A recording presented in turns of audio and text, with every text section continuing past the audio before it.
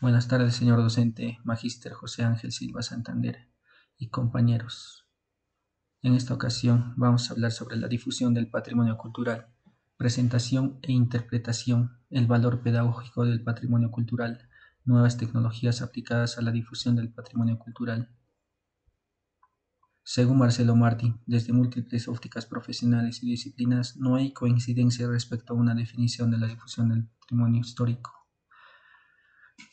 Francisca Fernández entiende por difusión las estrategias que se utilizan para hacer más comprensible el patrimonio y que éste pueda ser conocido por un mayor número de personas.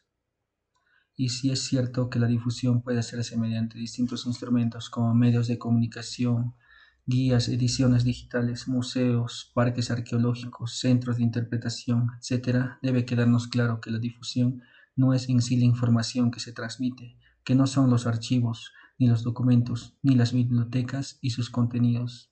Ante todo esto, Marcelo Martín nos aclara que la difusión es una gestión cultural mediadora entre el patrimonio y la sociedad. Los otros elementos que hemos enumerado son sencillamente recursos o medios de difusión.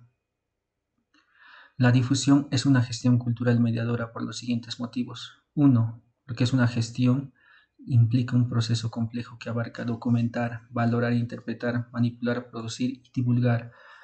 2. Cultural, porque se opera con el patrimonio cultural tangible e intangible. Y 3. Mediadora, porque requiere de una técnica y soporte material independiente del objeto y ajena al sujeto que la recibe. Por su complejidad, la difusión del patrimonio cultural debe ser necesariamente una tarea multidisciplinar y necesita de la interrelación, coordinación y objetivos comunes por parte de todos los profesionales y agentes implicados de manera que nos faciliten una lectura coherente de nuestra herencia y de nuestro entorno cultural.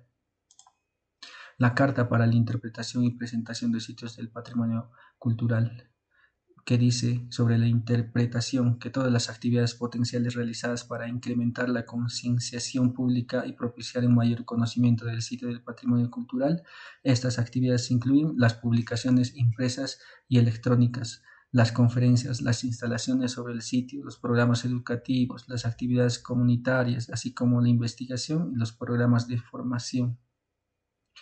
La presentación se centra en forma más específica en la comunicación planificada del contenido interpretativo con arreglo a la información interpretativa, como los paneles informativos, exposiciones, el tipo de museos, senderos señalizados, visitas guiadas, multimedia y páginas web.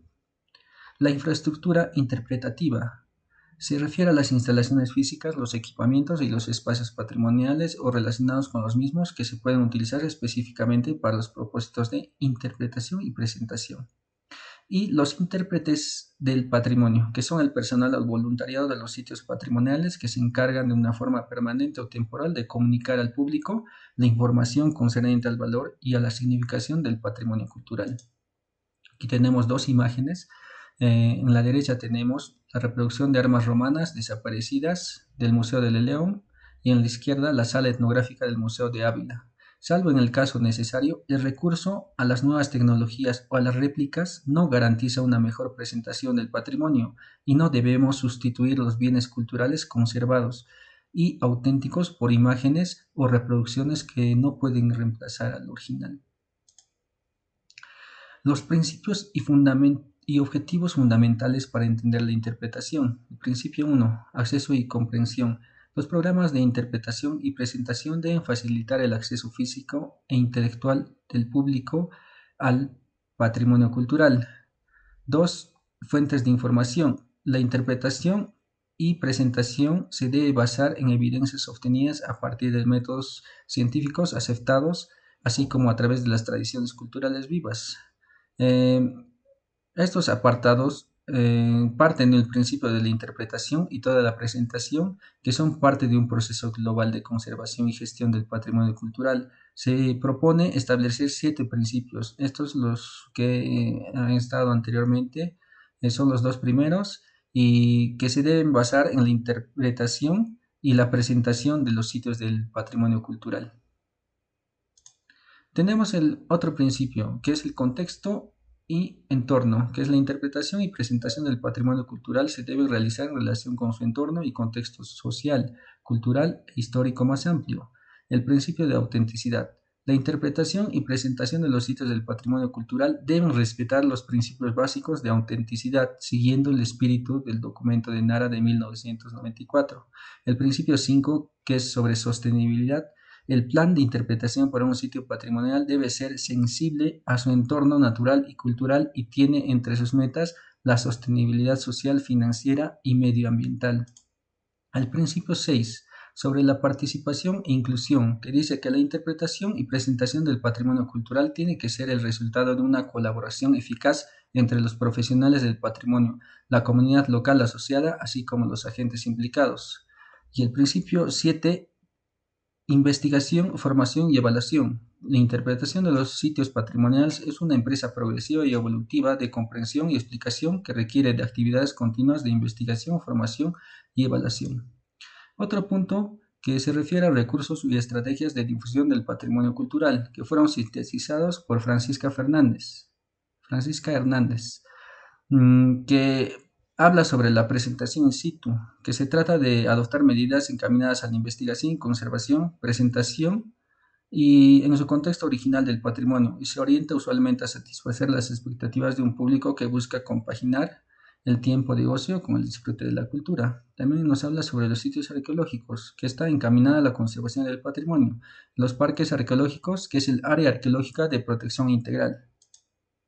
El centro de interpretación, que son todas las actividades potenciales realizadas para incrementar la concienciación pública y propiciar un mayor conocimiento del sitio del patrimonio cultural. Y los lugares alternativos o arqueositios se conciben como presentaciones o museos al aire libre donde se basan dos reconstrucciones que muchas veces se acompañan de animaciones a través de demostraciones activas o pasivas que se utilizan para explicar las investigaciones científicas de los arqueólogos al público en general. Y otro punto es el valor pedagógico del patrimonio cultural y la educación para el uso y disfrute, que nos dice que el valor pedagógico es infinitamente más importante y va mucho más allá de la capacidad de permitir comprender nuestro pasado, identificarnos con nuestra comunidad, con el resto de Europa y la humanidad, y porque facilita la aceptación y la comprensión de la diversidad cultural, que recordemos es el sustento de la nueva ética que propone la UNESCO a partir de la Carta sobre la Diversidad Cultural. Y como último punto, nuevas tecnologías aplicadas a la difusión del patrimonio cultural, que permite incorporar información en forma de textos e imágenes, así como sonidos, entre ellos el uso de la música para enfatizar el mensaje o los valores presentados.